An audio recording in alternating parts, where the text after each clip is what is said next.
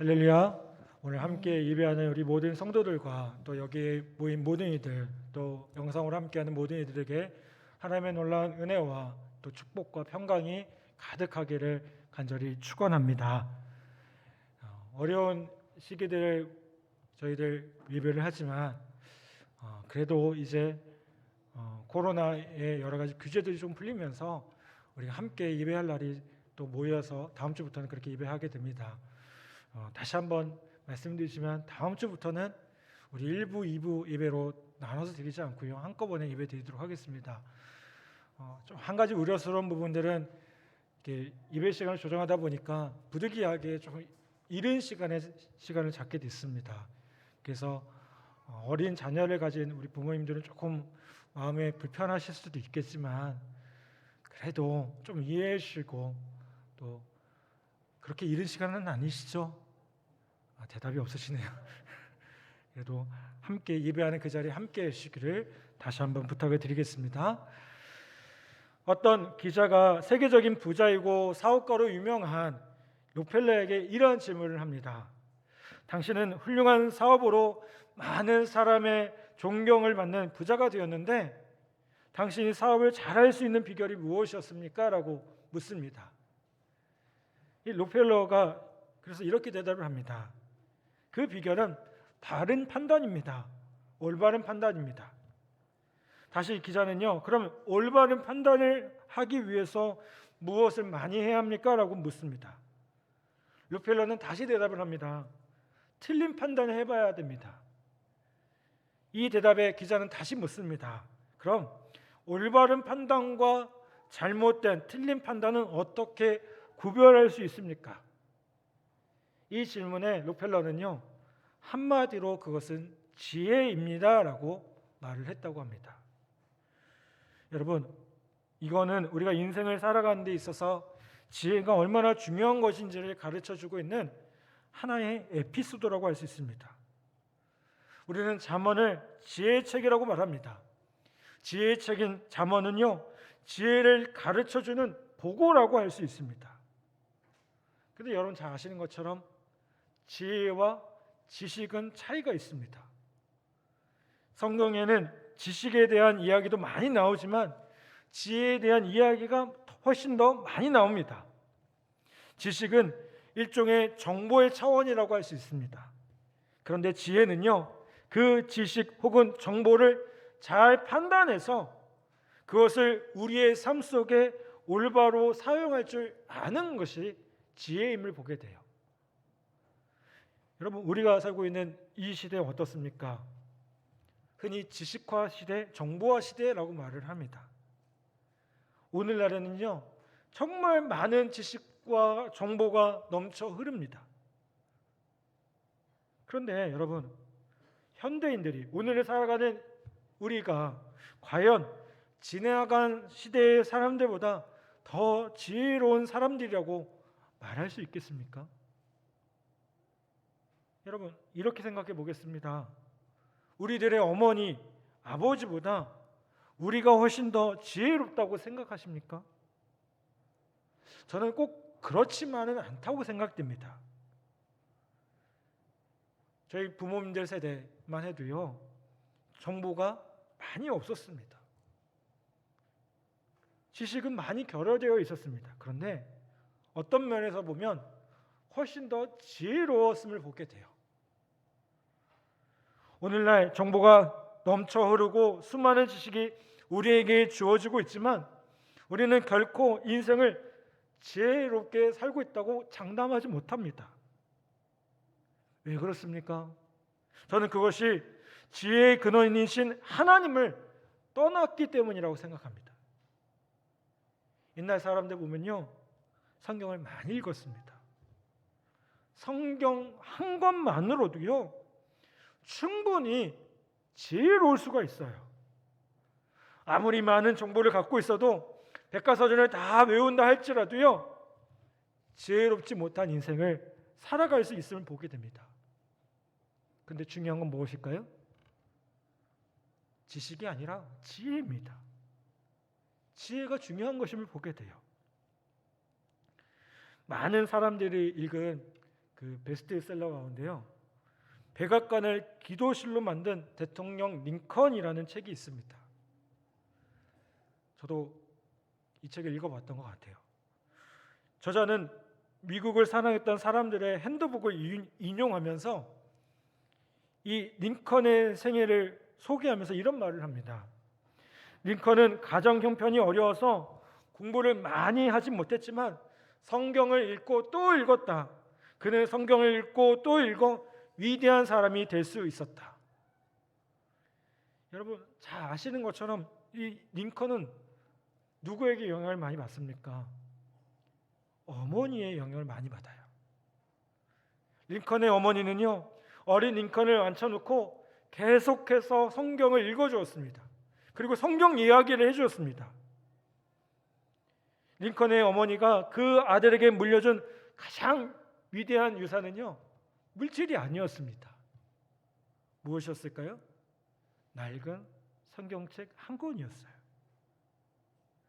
링컨은 대통령이 된 후에 대통령 취임식을 할 때요, 전통에 의해서 대법원에서 갖다주는 성경을 거절하고요, 대신 이 어머니의 낡고 손때가 묻은 성경책 위에 손을 얹고 취임 선서를 합니다. 그리고 그는 어머니의 이 낡고 다 떨어진 성경책을 들고 취임 단상에 가서요, 옆에 있는 사람들에게 이렇게 말을 했다고 합니다. 우리 어머니는 이 성경으로 나를 키우셨습니다. 여러분, 이 자리에도 어머니들 많이 계시죠. 또 부모님들 많이 계십니다. 그렇다면 우리가 정말 읽어야 할 책이 무엇이겠습니까? 요즘에 오은영이라는 박사님이 참 이렇게 TV에 많이 나와요. 그분이 또 책도 많이 쓰시고요.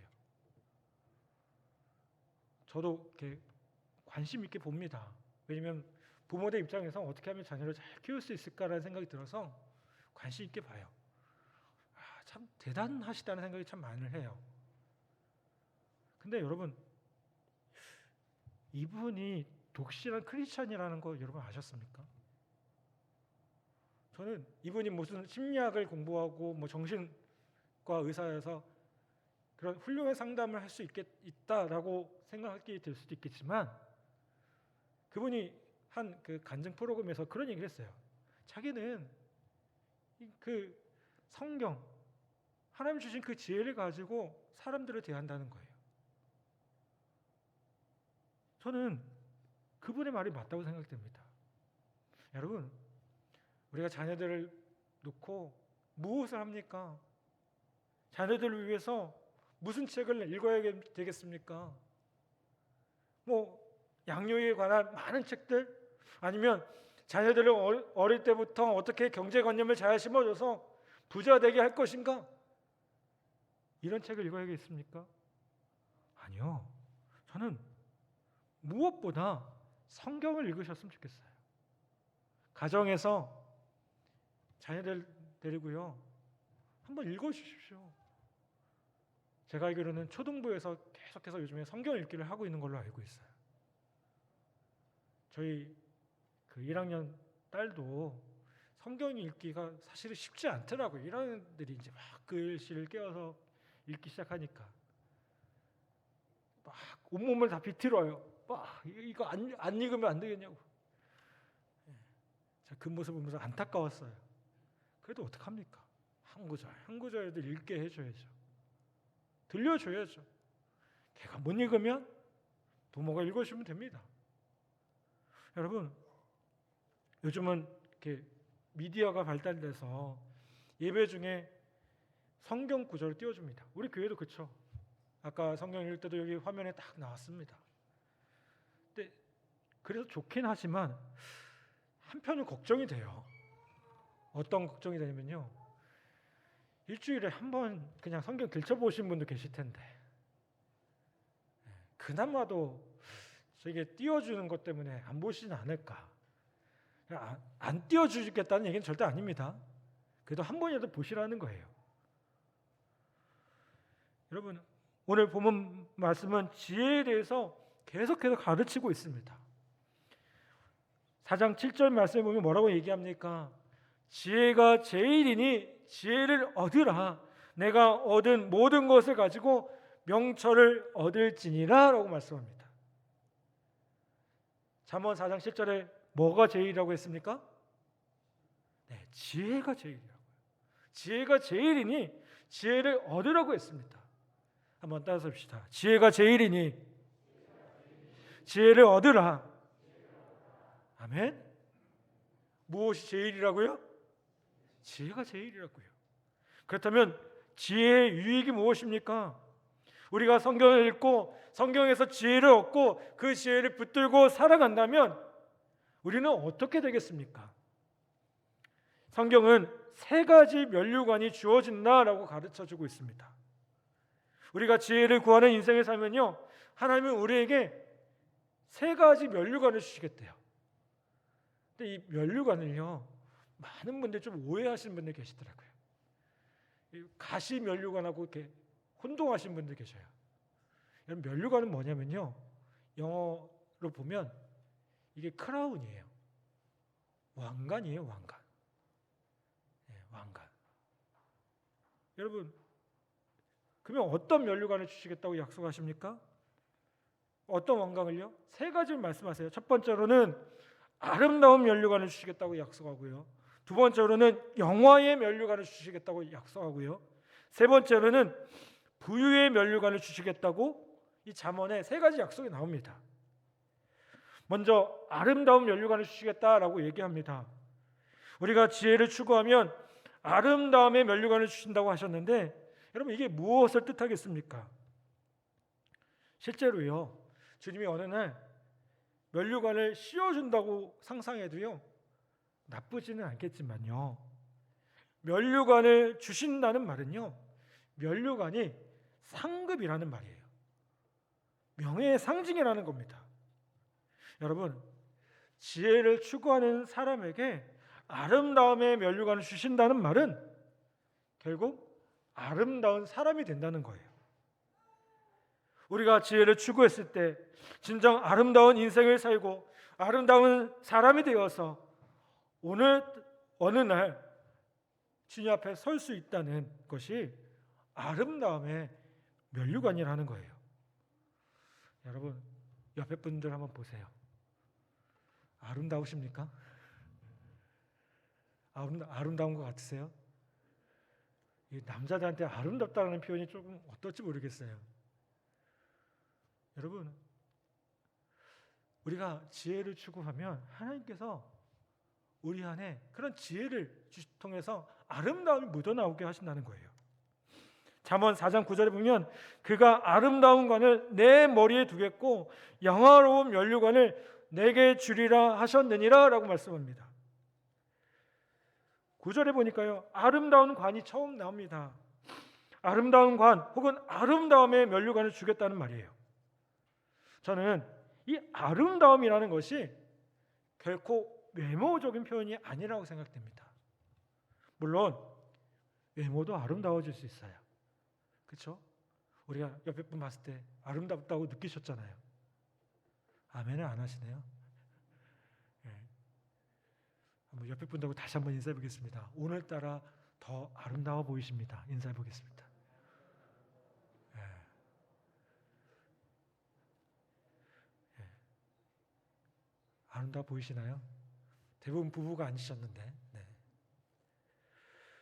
여러분, 이게 외모만 아름다워지는 것뿐만 아니라 우리의 인격이 아름다워진다는 거예요.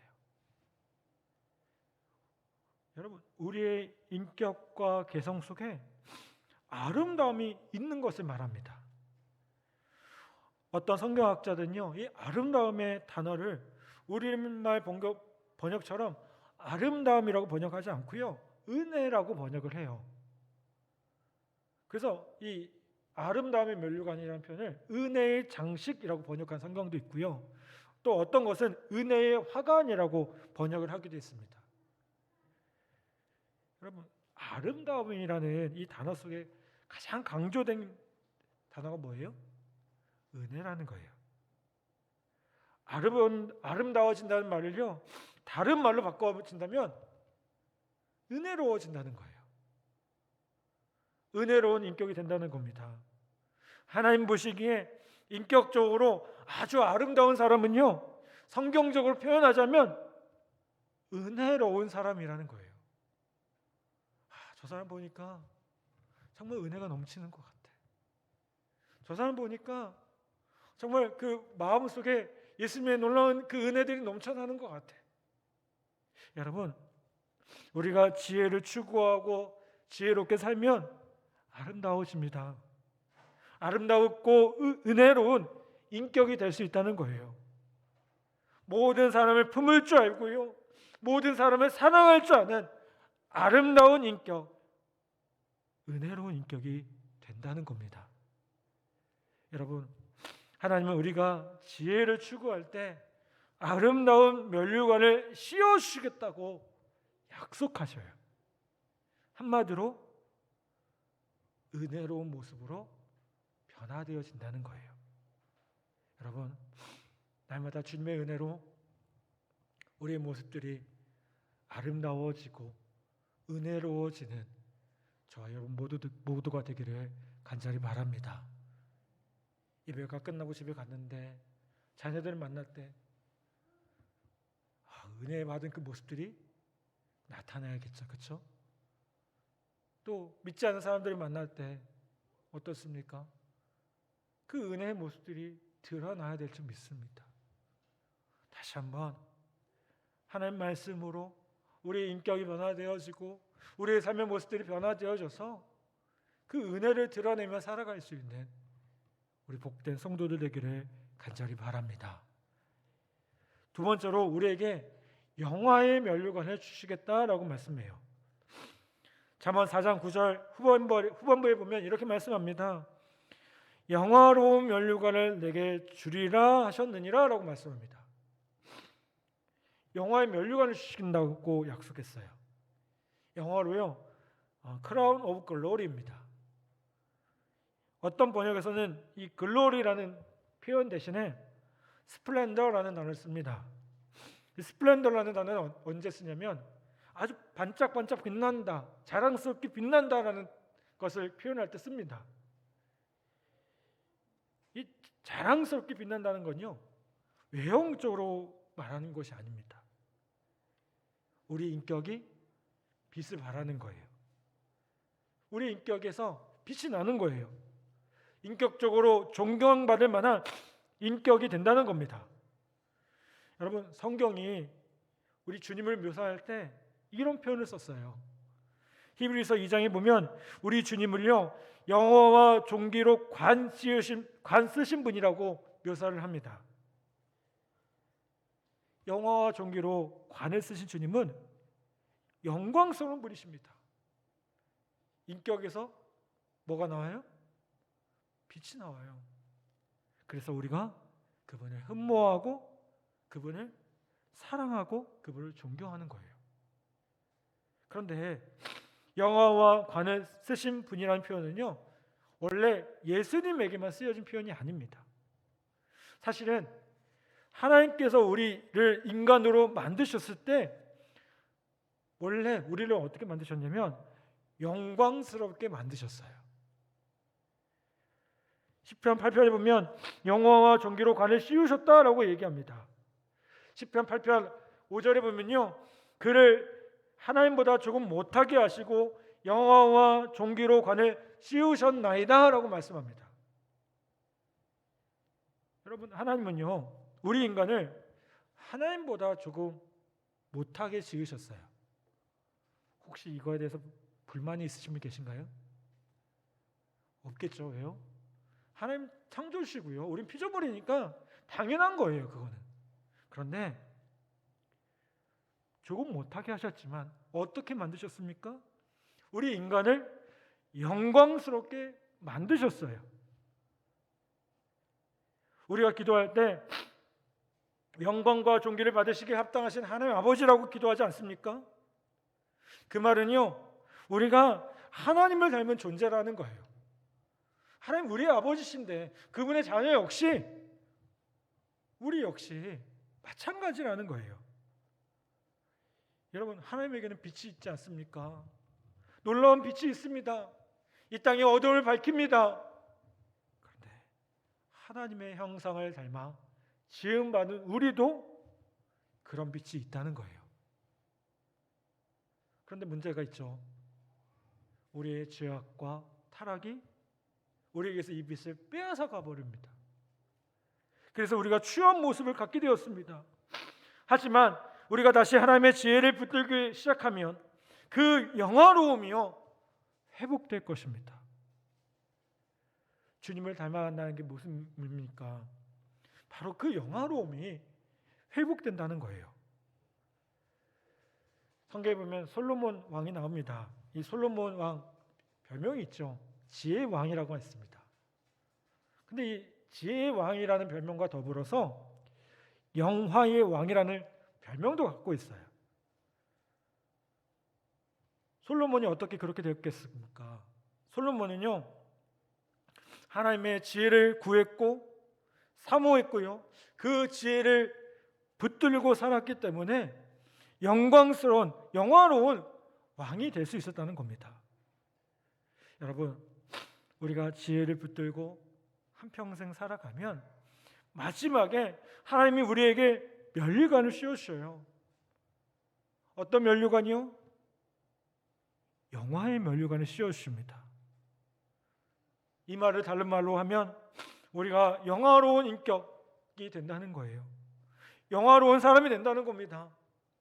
보기만 해도요 인격에 빛이 있어서 존경하고 싶어지고 이 사람을 존중해주고 싶은 마음이 있다는 거예요. 여러분, 우리 모두가 인격에서 빛이 나는 사람, 우리가 서로를 바라볼 때 서로 존중해주고 존중할 만한 그런 사람의 모습으로 다시 한번 세워지는 귀한 은혜가 있기를 간절히 바랍니다. 마지막으로 우리에게 어떤 면류관을 주십니까? 우리가 지혜를 추구하면 부요의 면류관을 주신다고 약속을 해요. 잠언 14장 24절에 보면 지혜로운 자의 재물은 그의 면류관이요 미련한 자의 소유는 다만 미련한 것이니라 라고 말씀합니다. 여러분, 이 말씀에 보면 재물을 모으는 두 종류의 사람에 대해서 말씀을 합니다. 재물을 지혜롭게 모으는 사람과 어리석게 모으는 사람이 있다는 거예요. 부자도 두 종류가 있죠. 어떤 부자가 있습니까? 존경받는 부자가 있고요, 부끄러운 부자가 있어요. 깨끗한 부자가 있고요, 부끄러운 부자가 있다는 거예요. 여러분, 우리가 만약 하나님 주신 지혜로 정당하게 돈을 벌고 또 낭비하지 않고 근검절약해서 하나님께서 받은 그 축복을 가지고 이웃을 섬기고 살면, 그런 부자가 되면 이건요 어떤 부자입니까? 존경받는 부자고요, 깨끗한 부자예요. 흥미로운 사실이 있습니다. 그게 뭐냐면 한 사회가 그 선진국으로 갈수록요 존경받는 부자가 많아진다는 거예요. 이 사회가 얼마나 선진국인가 후진국인가 알기 위한 방법 중에 하나가 그 나라 안에 존경받는 부자가 얼마나 많은가를 알아보면 알 수가 있답니다. 후진국으로 갈수록 그럼 반대로 뭐가 많을까요? 부끄러운 부자가 많은 거예요. 부끄러운 부자는요 남을 속이고요 뇌물을 받고요 착취를 통해서 재물을 얻은 부자들입니다. 그들은 손가락질 받는 부자들입니다. 여러분, 우리나라의 부자들이 때로 이렇게 손가락질 받는 이유가 뭡니까? 정당하게 돈을 벌지 않았거든요. 정당하고 지혜롭게 번다면 손가락질 받을 이유도 없고요 존경받아야 할 일이라고 생각됩니다. 그리고 말씀에 뭐라고 얘기해요? 지혜로운 자의 재물은 그의 면류관이다. 그 재물이 무의미한 게 아니라 아름다운 재물이고 축복의 재물이라는 거예요. 여러분, 하나님은 이런 사람들, 곧 지혜롭게 인생을 살고 지혜롭게 부를 추구하는 사람들에게 재물의 면류관, 부의 면류관을 주십니다. 지혜로운 사람의 재물은요 그 자체가 면류관이며 그 자체가 영광스럽다는 겁니다. 땀 흘림의 결과죠. 금감하고 저축한 결과입니다. 애쓰고 수고한 결과입니다. 노력한 결과입니다. 그래서 그 자체가 뭐예요? 면류관이고 자랑스러운 곳이라는 거예요. 저는 우리 안에 이런 깨끗한 부자들이 많았으면 좋겠어요. 아멘도 안 하시네요. 깨끗한 부자들이 많았으면 좋겠어요. 그리스도인 가운데요, 이런 존경받는 부자들이 많았으면 좋겠어요. 여러분 가운데 이런 부자들이 많이 있었으면 좋겠어요. 하나님 앞에 인정받을 만한, 사람들한테 존경받을 만한. 여러분, 그렇다면 지혜롭게 사는 사람들에게 약속한 이 세 가지 면류관을 얻을 수 있는 지혜는 어디서 얻을 수 있겠습니까? 그건요, 늘 저희가 강조하는 뭐예요? 말씀과 기도의 삶입니다. 여러분, 하나님 백성의 지혜의 원천은 어디입니까? 말씀과 기도예요. 여러분, 지혜를 얻기 위해서 먼저 어떻게 해야 됩니까? 성경을 읽으셔야 됩니다. 지혜를 얻기 위해서 기도하셔야 돼요. 초등부에서도 자꾸 이렇게 어린이들한테 성경을 읽으라고 합니다. 우리 학생부에서도 큐티를 하자고 해요. 왜요? 지혜의 원천이 거기 있잖아요.